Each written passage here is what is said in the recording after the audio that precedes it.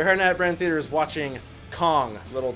Skull Island, or King Kong, whatever you want to call it. Amazing movie. First off the bat, my grandpa showed me the very original one back in the day, and that's where I fell in love with the whole idea of monster movies. Then Peter Jackson did his remake, and it was almost kind of like, not a shot for shot, but definitely they updated it. So like, okay, what's Legendary going to do with it? It's kind of a remake, but at the same time, they took something you know and love, and they made it their own. And they did something unique and special with it. It was what...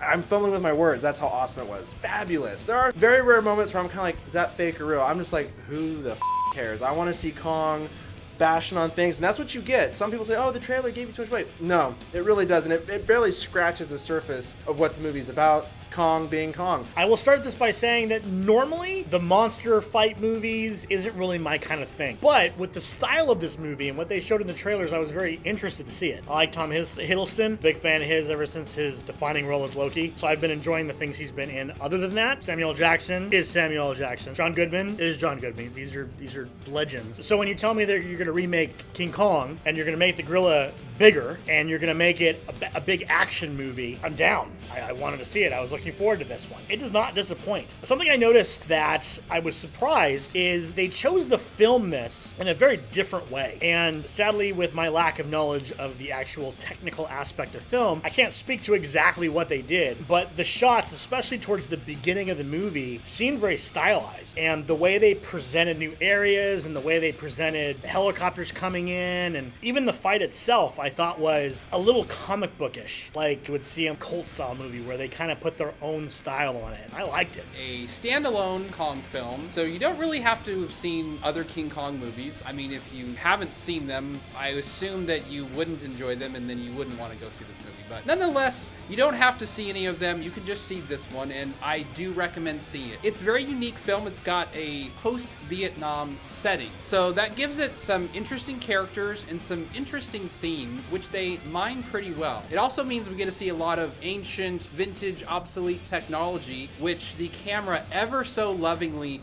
zooms in really close. So if you like seeing really close-up, nice photography of like a Kodak Ektachrome slide carousel, this is definitely the movie for you. I know you've been waiting for that film. This is the one. One thing I like, they did like what they did with Godzilla. They made Kong not like just a monster. There's something there for him, like a humanity thing you would say, but there's like layers. He's not just like a mindless, which made it nice. Characters I felt were really fleshed out very well. You got your heroine, your hero, your antagonist, protagonist, the crazy guy that, is crazy. Some would say, well, how can you possibly go from here to here and all the peril and coincidental stuff? Who cares? It's one of those movies when you're sitting down, you don't need like this Academy Award type thing going into it. It's perfect. A lot of the action scenes, you get what I am now very fondly calling the John Wick effect, where you have an action scene without a shaky camera. I really appreciated that because the action scenes, the fights in this movie, they did not mess around. When Kong is about to clash with something, strap yourself in because it's going to be freaking awesome. Generally speaking, this movie just looks amazing from frame one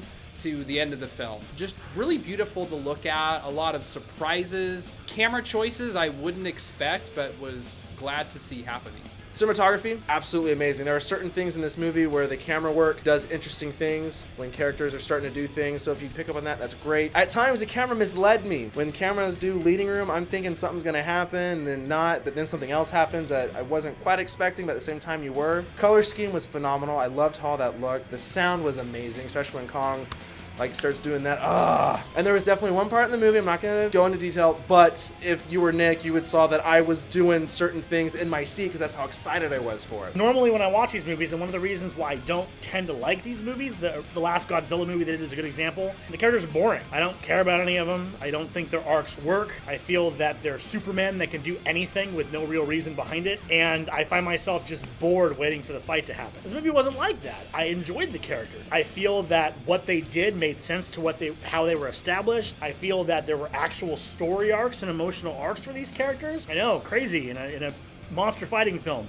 I feel that you become attached enough to the characters where their time on screen matters just as much as Kong, which is awesome. That's a huge testament to this movie. Ironically, it's the photojournalist in this movie that actually doesn't spend a lot of time taking pictures. She doesn't have a gun. She doesn't have anything else to help her out. She pretty much just has her camera, And a lot of times she's wandering around going, whoa, look at that with the camera right here. I'm like, maybe you should take a picture. You're on Skull Island. We do have some great leading characters. I would say that on the serious side, we've got Samuel L. Jackson doing really an amazing job as complicated. I don't want to say too much about his character because I really think it's just worth enjoying. On the other side, we've got John C. Reilly as our comedic character, and he really makes the most of it, brings a lot of levity to a movie that could be a little too dark, a little too dreary, a little too depressing from people dying from all the monsters, but it's actually a lot of fun. Sometimes you're kind of on the side of the monsters. There's a lot of supporting characters. Most of them are actually pretty interesting, and that goes for the supporting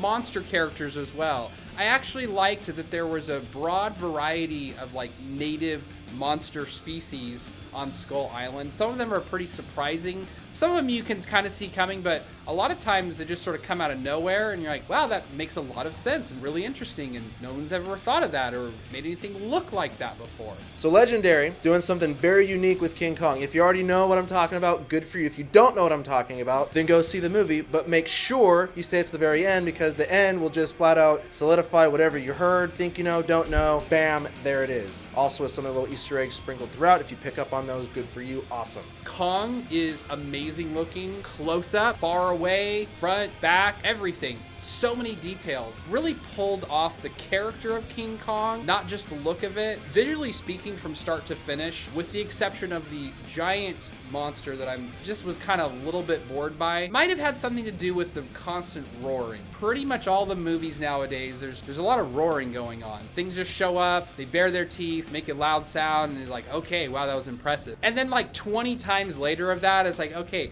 I get it, you roar, like it's pretty cool, but you know, like, let's move it on a little. The acting it doesn't really matter. Aside from one character, Samuel L. Jackson's acting absolutely mattered because he had a pretty awesome emotional arc. But for the rest of them, they're just kind of basic characters. So, I mean, obviously they could have done a bad job acting, but I don't feel their parts had any real challenge to them. They are characters that make sense, written well for what they are, but they're not learning through the movie. They're not having epiphanies and changing their thought processes, aside from Samuel L. Jackson. Because of that, you don't really get any, oh my god, that acting was amazing. For me, without a doubt, the movie is a 9.5 out of 10. It's a 10 out of 10. Why am I doing a half? 10 out of 10. I'm gonna see it again. Probably a couple more times. Maybe even IMAX. I don't know. 3D. Whatever is available. I want to see it in all aspects because, like I said, Legendary took something that was amazing back in the day for black and white, and they made it kind of their own, and I appreciated that. Very well put together movie. No complaints. It is what you think it is when you go into it. Bottom line. Ultimately, King Kong and monster films are really about the wrestling match, the monster wrestling match. And sometimes in the past, the human characters will take away from the fun of watching the monsters wrestle. That's what I'm here for. Now, this time, that didn't happen. The people are interesting, they're really good. The monsters are interesting, they're really good. And they don't take away from each other. They kind of add up in a nice little mix. They meet up with each other, have some interactions, and from start to finish, super entertaining. Highly recommend Kong Skull Island. It's a 9 out of 10. So I'm going to give this movie a 9 out of 10. If you are a fan of giant monster movies like the old Kong movies and things like that, they completely went a different direction with this, but I think you will really enjoy this movie. If you're someone like me that tends to skip movies like that because, I still suggest seeing this movie because it's a solid action movie with characters that work. I think you'll really enjoy it. Go on ahead and favorite this video, like it, hit that subscribe button. When you do that, you get more reviews like this one, plus throwbacks, unboxing videos, etc. Other fun little projects that we do. What's your favorite monster movie? Throw that down there in the bottom section below. It could be an A movie, B movie, C movie, whatever. There are a ton out there, and I've probably seen my fair share of good, bad, and just questionable. And remember, guys, heard it here at The Source.